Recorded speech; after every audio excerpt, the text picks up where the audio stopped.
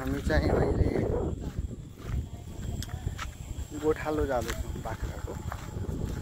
हाम्रो बाख्राहरू चाहिँ उता छ, उता हेर्नुहोस् तपाईँहरू, मजाले देखिन्छ है। यतातिर बाख्रा छन् है। अनि हामी चाहिँ मस्त पारेर यस्तो यहाँ सूर्यमुखीको फुल हामी छौँ यता रमाइरहेका छौँ। हामी चाहिँ अहिले टक्क पारेर बाख्रा चराउन बाख्रा गोठालो जाँदैछौँ।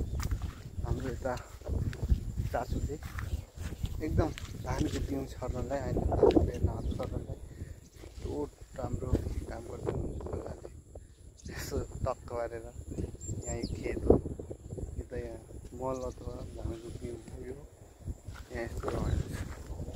यो चाहिँ यो हाम्रो सूर्यमुखी फुल। सूर्यमुखी फुलको के काम हुन्छ भनेपछि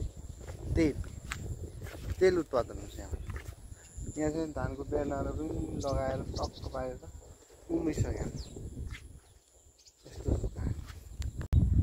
हाम्रो यो खेतको बिचबाट जानु मिल्ने पनि बाटो छ, अथवा सानो आली। हाम्रो उता चाहिँ हेर्नुहोस् टक्क पारेर सूर्य पनि अस्ताउँदैछ साँझको पख। यता टक्क बाख्राहरू छन्, गाईहरू छन्, अनि गोठालाहरू पनि छन् है यहाँ मजाले। यता मकै बारी दर्याम यता सूर्यमुखी फुल बारी। अनि यता चाहिँ हामी चाहिँ यहाँ गोठालो टक्क पारेर यस्तो जान चाहनुहुन्छ तपाईँ के गर्दै हुनुहुन्छ? हामीलाई गोठाला साथ, यी चाहिँ हाम्रा गोठाला, यी चाहिँ हाम्रा बाख्रा हुन्। हेर्नुहोस् गाइज, अब हामी गोठालासित बस्दैछौँ। हाई गोठाला भन्नुहोस् एकचोटि, हेर्नुहोस् कस्तो। हेलो हेलो हेलो हेलो मात्र भन्ने होइन, यहाँ खासमा हाई भन्ने हो। हाम्रो चाहिँ यी बाख्रीहरू हेर्नुहोस् टक्क पारेर बाख्रीहरू छन्। यता चाहिँ केही छैन, आधी बाख्री उता छन् है, अलिअलि छन्। हाम्रो 2-4वटा मात्रै बाख्री हो। अनि यता हामी चाहिँ 2जना गोठालो हो। अनि उता चाहिँ खेतको गोठालो, कतै बाख्रा आइपुहाल्छ कि खेतमा भन्ने ठोक्नलाई बसेका खेताला, खेतबारीका मालिक है। हामी चाहिँ यसो खेतको यस्तो डिलहरूमा, हाम्रो यस्तो यो डिलहरूमा बाख्रा साख्रा चल्छन् नि त। घाँसहरू हरियो हुन्छ, अलिकति दुबो टाइपको। अनि भर्खरै यो गाउँ काटेको घाँसहरूमा अलिकति घाँस हुने हुनाले त्यही भएर हामी चाहिँ बाख्री गोठालो होइन। यो पाठाहरू कहीँको हो? अरू चाहिँ त्यस्तै हो। पार्टी कसको? पार्टी हो कसको? हाम्रो। अनि यस्तो यस्तो हामी चाहिँ यो खेतबारी जोतेको खेतबारी, तर यसमा एकदम भाँसिन्छ है। यिनीहरूले यस्तो मजाले भाँसिँदैन, मजाले देख्छ, यस्तो मजाले देख्न सकिन्छ। यो चाहिँ भाँसिनु चिसो खाने।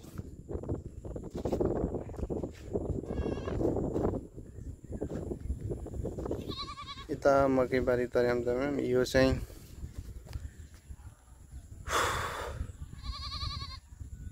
पुत्ला, उसको लागि एकदम चराहरूको लागि, यताउता जनावरको लागि यो पुत्ला बनाएको। यता यो खेतबारी बेर्ना, धानको बेर्ना चाहिँ। अनि उता चाहिँ हाम्रो बाख्रा चाहिँ जान लाग्यो है। अनि हामी चाहिँ यहाँ छौँ टक्क पारेर। यहाँको यस्तो छ मौसम, मजाले एकछिनमा अब केही न केही समयपछि पानी पर्न सक्छ, हावाहुरी आउन सक्छ, तर पनि अहिलेसम्म मौसम क्लियर छ। यता चाहिँ हाम्रा चाचु चाहिँ यसो टक्क पारेर धानको बिउ छर्नलाई रेडी गर्दै हुनुहुन्छ। यस्तै बेर्ना छर्नलाई यहाँ पनि रेडी हुँदैछ। एउटा यो भयो, एउटा यो भयो, दुईवटा गराहरू बनाउँदै हुनुहुन्छ। अनि हामी चाहिँ अब हाम्रो बाख्रा चाहिँ गइसक्यो, उता छन् हेर्नुहोस्, उता घरमा अब पुग्लान् जस्तो छ। हामी चाहिँ अब टक्क पारेर घर जान लाग्छ।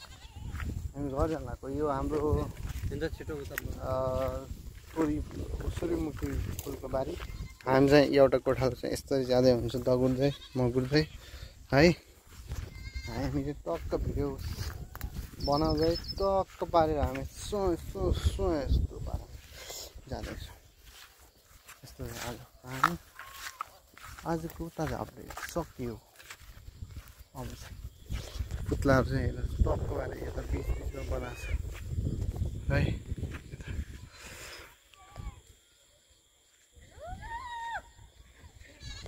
कस्तो चाहिँ सबैजना छ हामी पनि जाने हामी पनि खोर्सानी यसको यस्तो हुन्छ यसको बिहा हेर्नुहुन्छ भनेपछि बिहान आयो एउटा यहाँ यसको